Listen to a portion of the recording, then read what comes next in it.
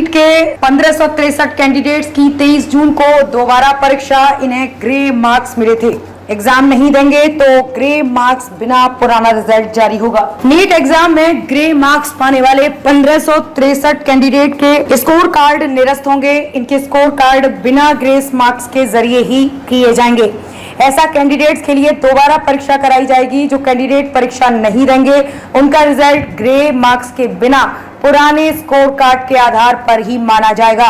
केंद्र ने supreme court को बताया कि जिन 1563 छात्रों को ग्रे मार्क्स दिए गए थे उन्हें 23 जून को दोबारा परीक्षा देने का विकल्प दिया जाएगा। एनटीए के वकील ने बताया कि दोबारा परीक्षा को लेकर आज ही नोटिफिकेशन जारी किया जाएगा। ये 23 जून को आयोजित की जा सकती है। नतीजे भी जून में ही जारी किए जा सकते हैं ताकि जुलाई में शुरू होने वाली काउंसलिंग प्रभावित ना हो और सभी बच्चों की काउंसलिंग एक साथ हो सके। सुप्रीम कोर्ट में रिजल्ट को चुनौती देने वाली 3 याचिकाओं पर सुनवाई। सुप्रीम कोर्ट में आज 13 जून को एनईटी यूजी 2024 रिजल्ट को चुनौती देने वाली 3 याचिकाओं पर सुनवाई हो रही है। ये याचिकाएं 4 जून को दायर की गई थी। ये याचिकाएं 4 जून को रिजल्ट आने के बाद दाखिल की गई थी। इन याचिकाओं में मांग है कि परीक्षा में गड़बड़ी के आरोपों की जांच एसआईटी एक्सपर्ट कमेटी से कराई जाए। साथ ही 4 जून के रिजल्ट के बेस पर हो रही काउंसलिंग को रोका जाए। 5 मई को हुई नीट परीक्षा रद्द की जाए और एग्जाम दोबारा कराया जाए। एनटीए ने 1563 स्टूडेंट्स को ग्रे मार्क्स दिए हैं, जिस पर सवाल खड़े किए गए हैं। पिछली सुनवाई में सुप्रीम कोर्ट ने काउंसलिंग पर रोक लगाने से मना किया था।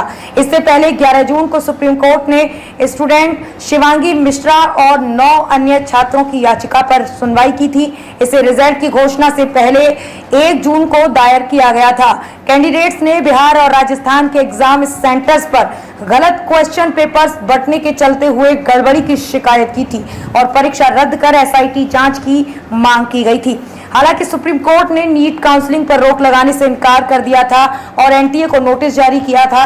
कोर्ट ने नीट यूजी 2024 में पेपर लीक, ग्रेस मार्किंग सहित अन्य गड़बड़ियों पर सवाल उठाए थे। जस्टिस विक्रमनाथ और जस्टिस ए अमानुल्लाह की पीठ ने कहा था कि परीक्षा की पवित्रता प्रभावित हुई है, हमें जवाब चाहिए। नोटिस में बेंच ने केंद्र और परीक्षा कराने वाली एजेंसी एनटीए से 4 हफ्ते में जवाब मांगा है। इस मामले में अगली सुनवाई 8 जुलाई को होगी। वहीं एनटीए ने कहा है कि परीक्षा सही है। वहीं 12 जून को दिल्ली हाई कोर्ट ने नीट यूजी एग्जाम में ग्रेस मार्क्स देने और कथित पेपर लीक की 4 नई याचिकाओं पर सुनवाई हुई। जस्टिस नीना बंसल कृष्णा की बेंच ने एनटीए को नोटिस जारी किया।